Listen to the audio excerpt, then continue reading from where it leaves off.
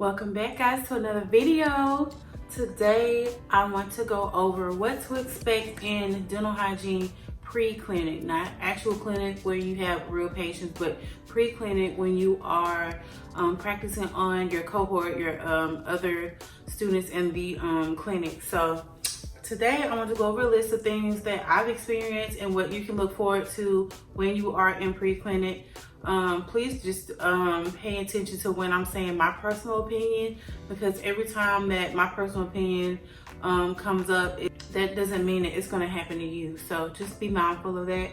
But I want to go ahead and get started. So it's a lot in this video, guys. Pre-clinic is a boatload of information. My personal opinion, my personal feelings, I felt very overwhelmed when I first got into pre-clinic and really until I got out, because it's a lot of information, y'all. It is literally shoving what you need to know, basically, when you need to be a clinician. So, first things first, sorry, and I have like notes and stuff here because it's a lot. Let's see. I don't even know where to begin. You have a lot of evals, so I can show you guys the evals. I happen to have an eval sheet that I've kept for this long. But evals are what you will do when it's trying to make sure that the teacher knows that you know what you're doing. So our first eval that we ever had in pre-clinic was washing hands. I don't know if I have this one. Let me see if I have this one in here. We don't. So this is an eval from a different level, but I just still wanted to show you guys what it looked like. Evals, don't look at this. This is not a pre-clinic, I don't believe. No, yes, no. This is PSR. So, okay, I'm just gonna show you guys. So don't pay any attention to the actual eval that's on here, but you do have evals in pre-clinic. Your evals are going to be like hand washing, learning how to wash your hands properly. You do it twice, 15 to 30 seconds. Another eval would be like setting up your op. That was interesting at first because this was during the time of COVID, and so COVID kind of threw a lot of things off. We added things that people normally wouldn't do in clinic because there was only so many things we would do in clinic. But now we have extra precautionary measures. We have PPE, full PPE, you know, your face mask, double face mask at the time. So some of that stuff didn't transfer to now just because things have kind of lightened up per se in the clinic. But we had to learn how to set up. You also had to learn how to break down. You need to learn how to break down your operatory properly, because when you're done, you have all these germs, you know, blood, all kind of things that's on your in your operatory. So you need to make sure you know how to properly take things down in a way where you're not getting contaminated, and you're not contaminating anything else that's in your operatory as well as others. Let's see, what's another one we did? Trying to think. Set up, breakdown. Learn how to take your cassette and your instruments to the sanitation area to where how you autoclave.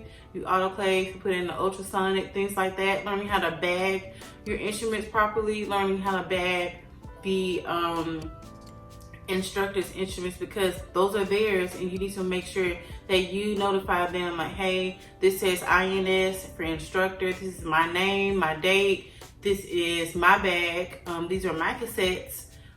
Things like that we learn how to do. We learn how to properly go get our patients the right way. You know, hello, Mrs. Jones. I'm Jessica Bosick. I'll be taking care of you today. We walk them down from the lobby area, talking to them. How was your morning? How was your drive? Do you need to use the restroom before we go into the clinic? Certain things like that to kind of like get the ball rolling with the conversation, checking them out. As you're talking to them, you can talk about, look at their gait. Or do they look tired when they're walking? Are they out of breath? You can even look in their mouth. Like I do that. If they don't have a mask on, they should have a mask, but I do that just to kind of like go ahead and get the EO-IO type of thing going. So when I see things, I can make a mental note. Hey, I need to make sure I look out for this because they have this going on. Certain things like that can kind of help you speed up your process when you are doing your check-in with your patient. So that's one of the other things that we went over. I don't believe that was an eval. I'm not sure when you come when you go to get your patient. I'm not sure, but yeah, that's still important to know. Those were one of the things that we did in clinic. we went over your EO-IO eval. So when you get your patient, you sit them down, you did your hand washing eval, you already did your setup, obviously, because you wouldn't have your patient come in if your op was not cleaned and ready to go. We did our EO-IO, we did our check-in, our vitals. So back up. So we did our vitals. So our vitals, of course, is the blood pressure, temperature. Sorry, I'm drawing a blank. I'm not in there. Let's see, blood pressure, temperature. We did our oxygen. That's not a template that's on our computer, but I still do it anyway because a lot of people smoke, and smoking can cause you to not have enough oxygen that's coming to your body. So I did oxygen, your respiratory rate. You would do your glucose. If they have a family history of diabetes or high blood sugar, you would do that. And I feel like I'm missing something. Pulse, glucose, oxygen. If they are using any tobacco products, that would be part of their vital signs as well. So yeah, if I'm missing something, I'll just put it on the screen. I'll be forgetting sometimes. But yeah, so you do your your vital sign check-in. That is part. So each vital sign, like blood pressure, I remember is an eval in itself. So that's something to look forward to. It's not that hard, y'all. We do use manual cuffs, but it's not hard at all. You will get it. It's so easy now. It's clinic, pre-clinic. It's all about doing everything right. So when you get to clinic, it's just easy, easy, easy. You're not even paying attention to being nervous because you got this. Like, if I can do it, y'all can do it. Trust and believe that. I was nervous for everything. I was like, how do I wash my hands? I don't know. Is it 10 seconds? Like, y'all, it's second nature. So it will get easier. I promise you. I promise you it will get easier. You need to make sure that you know that you have a certain amount of patients that you have to get. So I know you guys are in pre-clinic now, but it's important to go ahead to get your patients, rallied up. So when you are getting closer to getting your patients for real clinic, you will already have them. Your mom, your dad, your sister, your brother, anybody that is 4 and below. So anybody that's 4 and below on their level is the perfect candidate for coming in to get their teeth cleaned.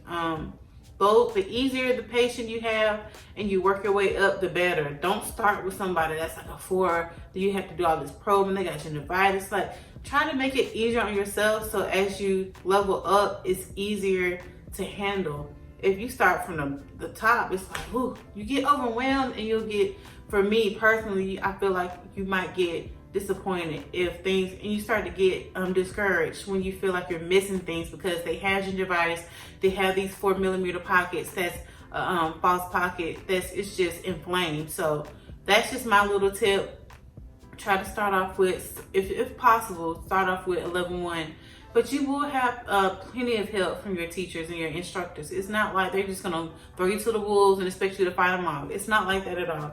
But I'm just letting you know, for your mental, for your sanity, start off low and then work your way up. Baby steps, that's what pre-clinic is about. That's what school is about. You're gonna take baby steps, and you're always gonna have help when it comes to clinic. So another eval is, of course, instruments, instrument sharpening, instrument sanitation, all of that good stuff. You already should have your instruments, your cassette with you. I know in pre-clinic, the majority of the time you are learning your assessments first, your probing, your calculus detection, and you're just learning how to use your mirror and learning your different positions. Are you 12 o'clock? Are you 11, 10, 9, or 8? 8 is not used as much. I'm more of an 11 or 12 person myself, as well as you're gonna learn your semi-supine, your supine, when to use it. You know, semi-supine is maxillary, supine, semi-supine is when you're doing your mandibulars. I will leave people, I'm like semi-supine, like I'm like between semi and supine because it's too much up and down. Like, I can't keep doing that to myself or the patient. The patient can be like, why you gotta keep moving me? My clinician at my regular office doesn't do that. Well, I'm in school, first of all, but I'm starting to learn that it doesn't take all that to get your patient clean. You will learn it eventually. Now it's not the time in pre-clinic to like worry about whether or not you're moving your patient up and down too much. Worry about, am I in the right position? Am I fulcruming correctly? All of that good stuff before we even worry about whether our patient is going up or down too much, because we also have to worry about our posture and our back. We don't want our back to go out before we even get to clinic and before we even get to the real world where we are cleaning our real patients. So make sure we are doing that as well. So yeah, but instruments, we'll do our assessments, you know, your 3 assessment tools, as well as instrument sharpening, as well as learning your area specific and your universal instruments. That right there threw me for a loop. I'm not even gonna lie to you. I want to tell you this now. I made it. I have 6 months left in clinic, in school. So if I can do it, you can do it. Do not feel like you are not going to learn this stuff. I know it seems like you are never going to learn what an 11, 12 is, what a 13, 14 is. Is it mesial? Is it distal? Do I go to the 12 o'clock position, the 8 o'clock position? Y'all, it's all going to come together. It's bits and pieces that's going to fit, and it's going to make a bigger picture. Right now, you are getting these bits and pieces and you want to feel full, but you're not feeling full, and now you're feeling overwhelmed and hungry to actually get it right and to make sure you actually know it. But right now you have to just get spoon fed, because when you get spoon fed, you grow, you get bigger, and you learn, and then you learn how to feed yourself. Okay, so once you get that down pat, once you get the small bits together and it comes together, you're gonna be like, I can't believe I just flipped this instrument in my hand and started cleaning. I didn't know that. I knew automatically that was the wrong side to use, because this is an area specific instrument. You will be so amazed, and I'm gonna congratulate you now for learning how to flip your instrument the right way, because y'all will be so amazed. Oh, I need a 1-2 on the interior. No, I think I'm gonna use my sickle scaler for this, and I'm not gonna go sub, I'm gonna go supra to get calculus off the tooth surface. Y'all, stuff like that, you would just be like amazed, and it's such a good invigorating feeling to know that you are doing the thing. Basically, it's a good feeling. So yeah, next. Y'all know I'm fat. I like lunch and learn. So a lot of the time in pre-clinic and in the classes that we were taking, we had plenty of lunch and learns. We had, you know, people coming in to show us different, let's see, we had a free toothbrush, the Oral-B. We got a free automatic electronic toothbrush that came in. We had free demos on the instruments that we have in our cassette. Let's see, I think it was something with PPE. Y'all gotta go back and look at my old videos, because some of the videos that I've had shows some of the videos that I had shows what type of lunch and learns we had. I enjoyed them because I did learn. I mean, of course I wanted to eat, but that was a fun thing for pre-clinic so far. So we did use each other for our pre-clinic, as mentioned before. Everything we did for evals, we basically used on each other.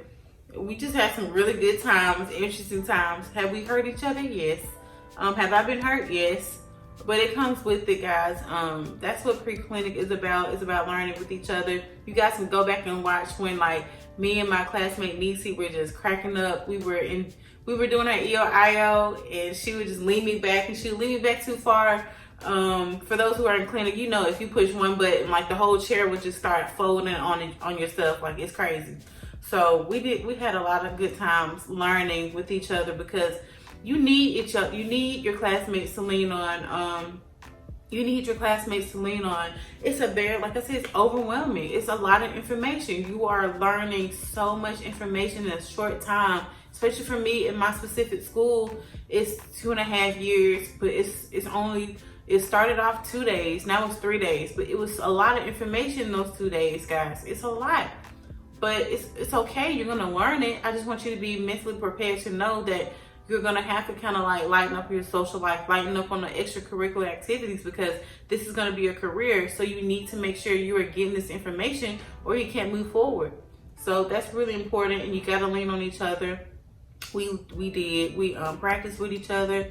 Our director was so awesome. She let us go home with a lot of things to practice. She let us use the clinic typodonts to go home, use the stand, so we can learn how to fulcrum correctly. We learn how to, use our instruments. Are you doing a wrist rock? Are you doing a, horizontal, vertical stroke? Stuff like that to help you learn how to apply it to when you get to the clinic and use it on each other.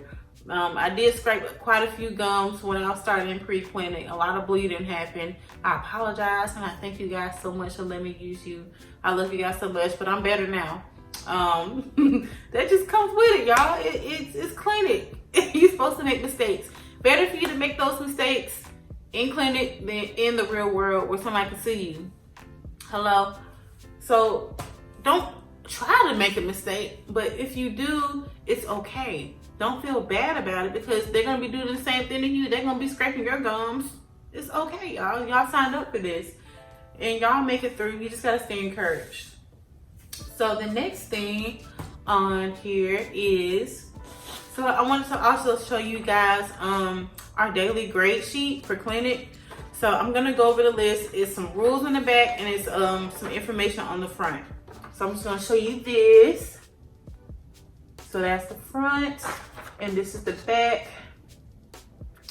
So on here you are graded on your appearance. That's the first thing on the daily clinic grade sheet.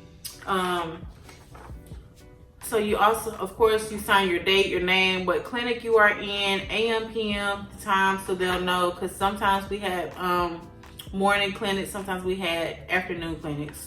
So the first thing on here is your appearance.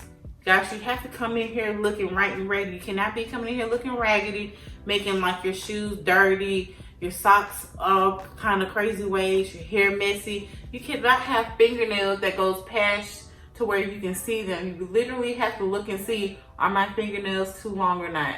They can't be dirty. You cannot have nail polish on them. You can't have clear nail polish on them. You can't have anything on your nails. They have to be butt naked, nasty, not nasty. They have to be clean, y'all. The first thing on here is clean, pressed uniform, white shoes, white socks. We don't have to wear white socks anymore. I like my white socks. I don't know, I kind of like looking like super neat, but I'm probably gonna start wearing different socks because at this point, who cares? Pulled hair back, so you have hair that's on your shoulders, it has to be pulled back. Short nails, no polish, no jewelry other than small earrings and wedding band with no diamonds, because diamonds, the holder that holds the diamonds can have dirt in them and you don't want that in your mouth. That's yuck. No food, drinks, or gum in the clinic or lab areas, and good personal hygiene. No odor of cigarette smoke. Y'all cannot be smoking a blunt and then coming in the clinic and thinking it's gonna be okay. Some people can't take that smell. Some people are allergic to smoke, and all in all, you just no, don't do it, okay? Punctuality. Some of you guys are not morning people. If you have a 8 a.m. clinic, do not pull up to school at 7:40 and think you're gonna make it in time. Guys, you have to set up, you have to put your stuff up first. You have to set up your operatory. That takes a minute. What if you run out of certain supplies when you're setting up? You have to go find an alternative.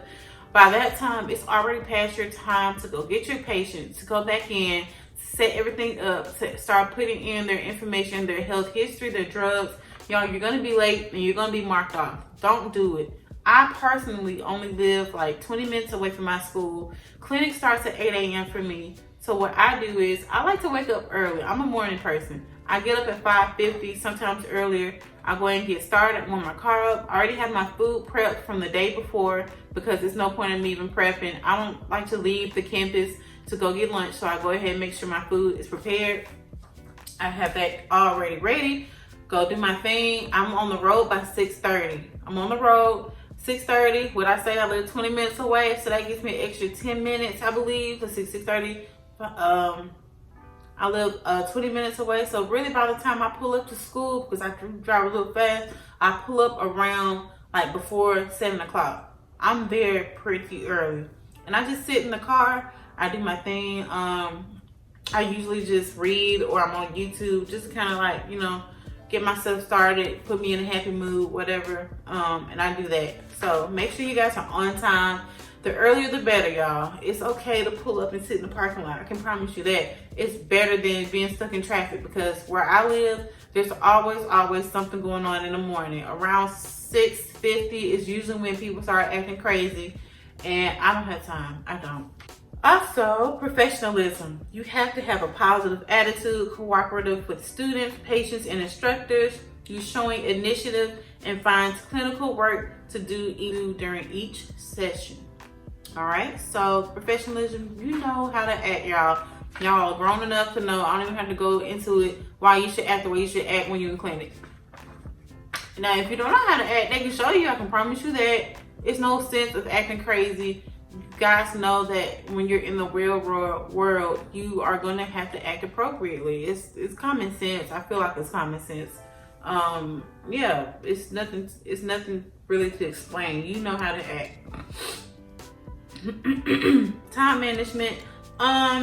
This is a little tricky just because pre-clinic, you know, you're gonna have to take your time doing certain things to make sure you're doing everything right. So with time management, it's not as mandatory to make sure you're doing make sure you're on time, just because they know that you're babies in doing this. They know you're a novice. They know that you're still learning, so they're not as hard pressed to make sure you're on time versus when you're in the upper level, like 296, 97, whatever number you're in, like an upper level. They're not going to be as hard pressed for time as when you are first learning how to be with your patient. So of course, patient operator safety, following your OSHA protocol as far as infection control. Guys, we already know we're still in a pandemic. That's very, very, very, very important to remember, that you got to protect yourself, protect others, protect everybody, because if someone gets infected, they can infect you, they can infect so many people, guys, and they can shut down your clinic because of whatever's going on. So you got to make sure that you are paying attention what you're doing. If you touch something with your gloves, take your glove off, wash your hands, get another glove. That's just what I do. I try my best to wash my hands as much as I can. If not using soap and water, use your hand sanitizer. It's been proven to work just as effectively, if not even better, than soap and water sometimes because of alcohol content. So guys, make sure you are paying attention to what your teacher says, making sure you are using that Cavicide to wipe down any spot that is exposed to aerosols, or wiping down any spot that has been touched by an instrument. Is very, very important. Making sure we're bagging our instruments properly so they're clean when they're in the autoclave. Just be extra. It's better to be extra than not to be extra and then you're being sick. That's extra, okay? I don't want to be sick. So making sure you're doing your part so that everybody is safe. Let's see, communication with faculty, peers, and patient. Of course, you need to make sure your patient knows what's going on at all times. They sign in their treatment forms, they're signing their release forms. They need to make sure they're knowing what they're getting into when they sit in your seat. They're your responsibility. And it's important for them to know, for them to feel comfortable. You don't want to go in blind to someone's job or their school, and they're just doing stuff and you're not telling them what's going on. Tell them what's going on. Hey ma'am, we're about to do your check-in. We're about to take your vitals. This is just going to be your blood pressure, your temperature, your glucose, whatever. We're about to do your EOIO. Hello, this is my teacher. She's going to track everything that I'm doing. She's going to go back over everything to make sure I've completed the EOIO the right way. So things like that, it helps your patient to be like, oh, okay, this is what this is. I use layman terms when you're doing your explanation. We're not saying extraoral, intraoral examination. We're saying we're going to check your head and neck area to make sure that you don't have any lumps, bumps, or bruises. When I'm palpating or when I'm touching, make sure you let me know if you're feeling any tenderness, and that way I can mark it and my teacher can come check and make sure if there's anything that we can do to kind of help accommodate that area. So things like that will make me personally, I feel like, make me feel better, and I'm sure will make your patient feel like they're comfortable and they don't have to really worry that they're gonna like hurt me, because a lot of people have dental phobia. They've had traumatic experiences in childhood. I have, but obviously I've gotten over it. I've been to therapy. I'm just kidding, I've been to therapy. I've gotten over it, guys. So just make sure you are not assuming that the patient knows what's going on. I think that's the best thing I can tell you.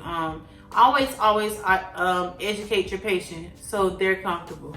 And that's the last thing on the sheet right here is communication. On the back, it's just going over the same thing. If you don't have a patient, we have empty chair practices that we have to do. So it says like you have to complete skills for at least 90 minutes. You can either use your probe, your explorer, your sickle, universal curette, air specific, Cavitron, air polisher, And you have to do a case study as well. Those case studies are hard for me because it's a lot of the stuff that we didn't learn when we were doing our case studies that you had to apply, and some of the things we didn't know at the time. Like a lot of it was like medication. We didn't have pharmacology yet, so in pre-clinic we were like, what is this? And you had to make at least, I want to say like an 85 to pass.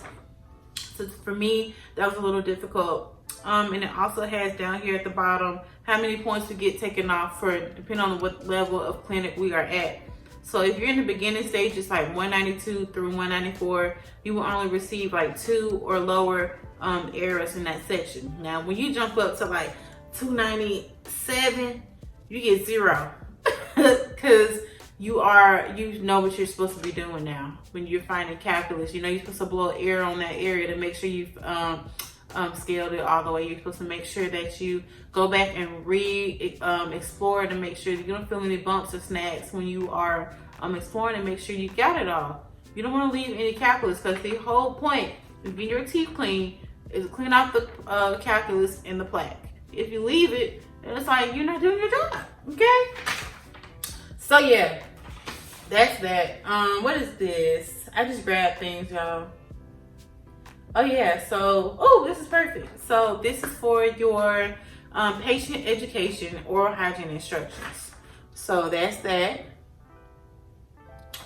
This is just like information on what you're doing. So when you're doing your vitals, you got your high blood pressure, your diabetes, what are the risk factors for that? It goes over OHI for someone who has diabetes, making sure you're taking your medication when you first come in. Do you have it on you? Is it well controlled? Because if it's not well controlled, that determines the ASA level. Is the person a level 1, 2, 3? It just depends on what they're taking. Let's see what else. EOIO talks about hyperkeratinized tissue in the vestibule from smokeless tobacco. You know, tobacco products can increase your risk of cancer. So all those carcinogens can really do a number on your vitality of your mouth. So it's important to make sure you educate your patients on that as well. But you'll get there later on. I know it's a lot. I know it seems like every step, it takes so much time to go over. Of course, you're gonna have your patients come back in like 3 days. I've had patients come back 4 times because it took so long for me to make sure I went over everything, every step. I want to make sure I had it all down pat. So when I do get it down pat, it's flying by. I'm not even thinking about, am I doing this right? Because I know I am, because I had it down pat when I started in pre-clinic. It's okay, y'all. Don't feel embarrassed when you feel like you have to ask the patient to come back the 4th time. Especially in pre-clinic, because these are going to be more than likely your family members who's going to be coming back in. So use that time wisely. You make sure you go through your evals with them. Make sure you do your FMX with them. Make sure you are completing all the necessary steps so that you are prepared and you're more knowledgeable and you can apply everything that you've learned to the next person. And you keep doing it. It's repetition. Then you'll know it all because you've done it basically. So I wanted to make sure you guys knew that it's okay to have patients come back multiple times. It's expected. No one's expecting you to clean your patient in one setting. It's not going to happen until you get to your upper levels. I just started last term finishing people in half a day. That was a lot. And it's not due to me being slow. It's still that I have to go through these certain steps in order to complete my patients. My instructors still have to come and check behind me. It's necessary because I still need to know if I'm getting this level 8 patient clean, I'm still getting this level 6 patient clean with this heavy tenacious calculus. It's still going to happen. So don't think that I'm not getting checked just because I'm in a higher level. I'm still getting checked. There's certain things that I don't have to do. There's certain things that they don't have to check as much because I do know what I'm doing. But there's certain things that they still need to look behind to make sure I'm doing correctly. I'm trying to think what are the issues that I've had in pre-clinic. That's really it, y'all. It's really just like I said, for me it was overwhelming due to all the information, but you will make it through. Do not sell yourself short. Do not lose faith in the fact that you're gonna make it. You made it this far, guys. You're gonna make it again. I don't want you guys to feel like you can't do it. I had to encourage myself and let myself know that, hey, I know this is hard, but God didn't bring me this far to see me fall, to see me fail. So I'm gonna make it. Rely on your instructors, rely on each other. Make sure you ask as many questions as you can. A lot of the times, different instructors have different methods of doing things. I always make sure if I ask an instructor, how do you hold this instrument? How do you fulcrum? How do you do this? Ask the other instructor. Maybe they have a different method of doing things that you're more comfortable with than they had with the other instructor. It's always important to find different modes of action. It's no right or wrong technically when it comes to instrumentation, because some people's hands are shorter, some people's hands are longer. I'm double jointed in my thumb. I hold my instrument different than a normal person would who's not double jointed. It's just, I'm just gonna hold it a little different. So it's no right or wrong because everybody's built different. You have different patients that you kind of need to accommodate for. So it's always gonna be, it's never gonna be the same with each patient. It's never gonna be that. So always make sure you find different methods, different tips to where you can adjust with your patient, because it's important. You're always gonna have different things. It's like, oh my gosh, I never knew that. I'm always learning new things. And I am at a level 298 right now in clinic. I have one more term left after that. So that tells you guys, you're always gonna learn. You're never gonna know enough. And if you feel like you've learned enough, then this is not the place for you, because hygiene is always evolving. It's always changing. Even when you get to the professional world, you're still gonna have your CEs. You're still gonna have to learn with continuing education. It's never gonna stop. Don't ever think that it's gonna stop. Don't ever think that you've learned plenty and you're too good to learn. Never, because even the dentists still learn stuff and they're retired. So it's important to keep that in mind.